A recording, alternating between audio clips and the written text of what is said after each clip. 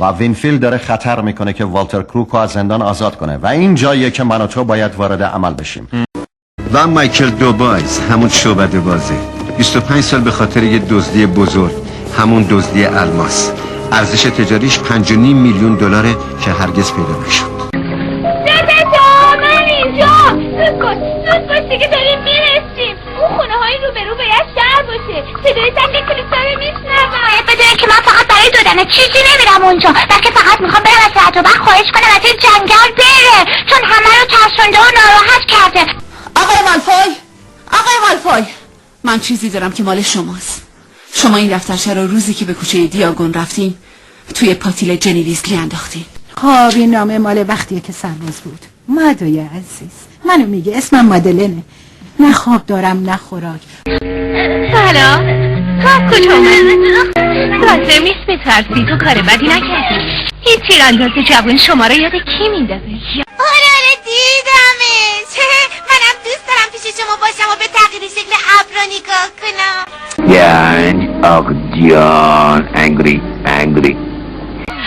آفرین خانم، واقعا فکر خوبی کردی. خانواده ای که با هم پسنداز میکنن با هم پرداخت میکنن. اوه یاد دلخور نشو پسرم، پرنس جانم تولدتو به تبریک میگه. موریانه یه نفهم دیگه کفر منه در این دفعه دیگه تصمیم گرفتم میخوام با این حسابتو برسم.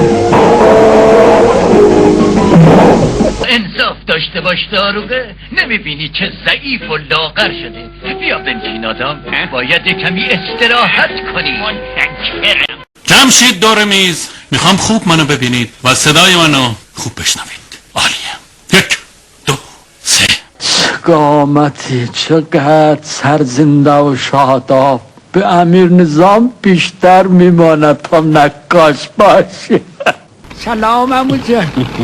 من با خانم مظفر وعده. از اینجوری حساب کنیم من دارم با این عمل نسبت به جناب رئیس ادای دین میکنم، شما دیگه چرا؟ استاد قالیچه به خواست خدا تمام شد. عهد کرده بودم اگر زنده موندم و قالیچه تمام شد با خاک پای شما تبرک بشه. من فقط واسه این زندگی میکنم که تو رو راضی کنم. طبق داده های ماینست، بر اساس پژوهش‌های ما یک ماده شیمیایی در پرینیا ایمورتالیس وجود داره که حیات سلولی رو به طرز چشمگیری افزایش میده. من دیرم شده، باید برم به کارم برسم. دیر برم من خوردم میافتم. گفتی ریچارد فرستادیش بره به جنگ‌های صلیبی. خونه شاگرد بودم، اندرونی حضرت والا بیرونم کردن، حالا دوره گردم تو تون فروشم. و بعد فکر کنم یادت باشه خودت این سررسید پلیسی رو به من دادی، پر از اطلاعات مفیده. استاد کمال الملک، شما ایرانی هستید و ایرانی هر کجای گیتی باشه رعیت شاه ایرانه. پارسال رنگ شماره 1 ماشینای نو سبز بود، سبز روشن ولی نه سبز شکاری، سمبل قدرت، غرور، شرافت. چانسلور آدم بدی نیست دقیقاً. اون خیلی به من محبت داره. از وقتی که اومدم اینجا هوامو داشته. چرا اینو از من میخوای؟ استعداد به آدم داده میشه، درست مثل ثروتی که از بابای آدم بهش برسه، اما انسانیت رو باید کسب کرد، ارثی نیست. و متاسفم از اینکه نسل بدبخت ما باید بوتی مثل تو داشته باشه. انشاءالله که سال آینده این باغبان پیر خدمتگزار توفیق تقدیم نهال برومند دیگری داشته باشد. صداتو ببار. نمیشه یه مدت ساکت بمونی؟ آخه ناراحتم. چی؟ وقتی ناراحتم زمزمه میکنم. نکن. تو هم امتحان کن. دلم نمیخواد امتحان کنم. موسیقی تخلیه عصبی قدرتمندیه، حتی به یه حیوان وحشی هم پس برو برای خودت یه حیوان وحشی پیدا کن، ولی برای من زمزمه نکن. چه مرتی که بی‌احساسیه. کافیه اگه میخوای فحش بدی زیر لبی نده، تو صورتم نگاه کنم بلند فحش بده. گرچه تنبل زمینی عظیم الجثه اکنون منقرض شده است، اما او هم مانند سریگ خویشاوند نزدیکی در بخش جنوبی این سرزمین دارد. موقعی که آدم 5 میلیون تو جیبشه همه جا براش خوبه. الو ببخشید، من دیدی دودل هستم. آگهی شما رو خوندم. نوشتید به یک جوان باهوش و فعال و خوشتیپ نیازمندید. من درست همونیم که شما میخواین. انقدر دیگه ما رو عاقب والدین نکن از اون بالا. ما یه سر خاک و فاتحه باس بیام که خب اونم میایم. من آقامم، سلطانم، سلطان حسین قلی خان ناصری. حبسم کردن اینها تصور خودم از شما بود، آنطور که شما نقل کرد برای پسر. همیشه به یاد یار و دیار بودم. حال من حال تشنه دیرباب رسیده است. من میترسم که یه وقتی به خودمون بیاییم که ببینیم اون هیولا همه شاگردای ما رو برده تالار اسرار. قراره همشونو با یه حمله دستگیر کنیم، ولی تو باید چند روزی صبر کنیم. فقط مشکل من و تو که نیست، خیلی‌ها در اون کشتار وحشیانه کسانشون از دست دادن. دلیل خواسته من از دوستم آقای ژاکوب برای ملاقات امروز همین بود. من احساسات شما رو درک میکنم.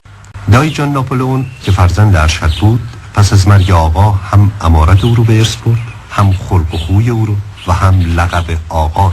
گردون، مگه به ما قول نداده بودی که داروهای جدیدتون از سرماخوردگی گرفته تا سرطان معالجه میکنه؟ میخوام قول بدی این کارا دیگه تکرار نمیشه. امروز شانس آوردیم که ما تونستیم اوضاع رو به راه کنیم. آروم باشین، من یه سیاستمدار نیستم. من مدیر برنامه انتخاباتی همه جور آدمایی بودم، از رئیس جمهور آمریکا گرفته تا شهردار نیویورک. خدا را شکر هنوز عکسمون از سر تاقچه خانه خودمون بر نداشتم.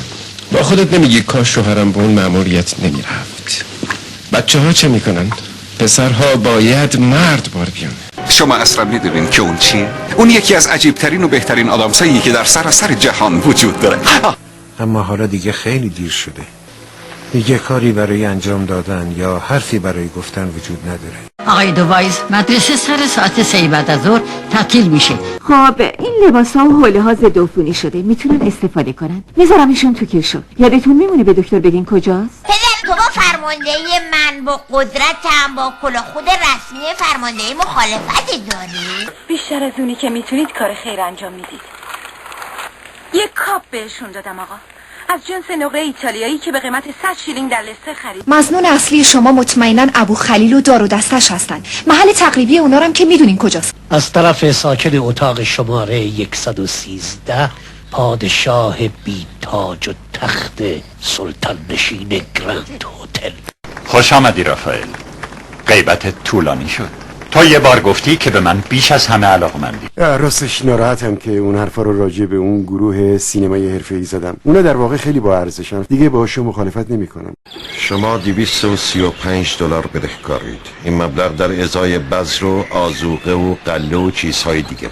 استاد، این چه سماجتیه که اهل هنر دارن در نبوسیدن دست قدرت؟ موسی بن نصیر استراتژیست و فرمانده مسلمانان دستور داد تا در کنار خرابه های کارتاژ بندری برای ساختن کشتی و قایق‌های جنگی تأسیس کرد. این چیزها رو که میگم تکرار کن. آقای اشنایدر، این یه تمرین برای ت و ه. شما اشتباه میکنید. امروز صبح زود مراجعت کردم و برای استراحت مستقیما تشریف بردم به اتاق خودش. به روح والده مرحومم حاجی خانوم. خب گاسپایک، این چه زندگیه که انتخاب کردی؟ خودت میدونی تو همیشه باهوش و جاه طلب بودی. نتیجه تحقیقات شخصی تا این ساعت نشان میدهد که متهم اصلی در این میان نقاش باشی است. فلیشا چی داری بهمون بگی؟ کاری کردی که نباید میکردی؟ فلیشا اصلا خودتو ناراحت نکنی، مسائل برای همه پیش میاد. اگه بخوای برات قسمم میخورم، فقط نمیتونم بفهمم که این سارقه چطور به این خوبی میتونه هدای منو در بیاره. با این حال هر کی میخواین بگین حرفای رعد برق و من باور نمیکنم. بله فهمیدم، همون بچه‌ای که بار اول پرواز میکنن. من برای اونها یه هواپیما آماده کردم. اصلا نگران نباشین، وقتی یکی دو بار در اطراف فرودگاه پرواز کردن دیگه از پرواز با هواپیما نمیترسن. من 33 سالمه، قرار نیست که خجالت بکشم زیرم. خواهش میکنم دیگه این کارو نکن، بی خود منو خوشحال نکن. من از این احساس که زندگی چیز خوبیه متنفرم. خودتو وارد زندگی نکن. تو درست نمیگی من مرد کشیدم. برو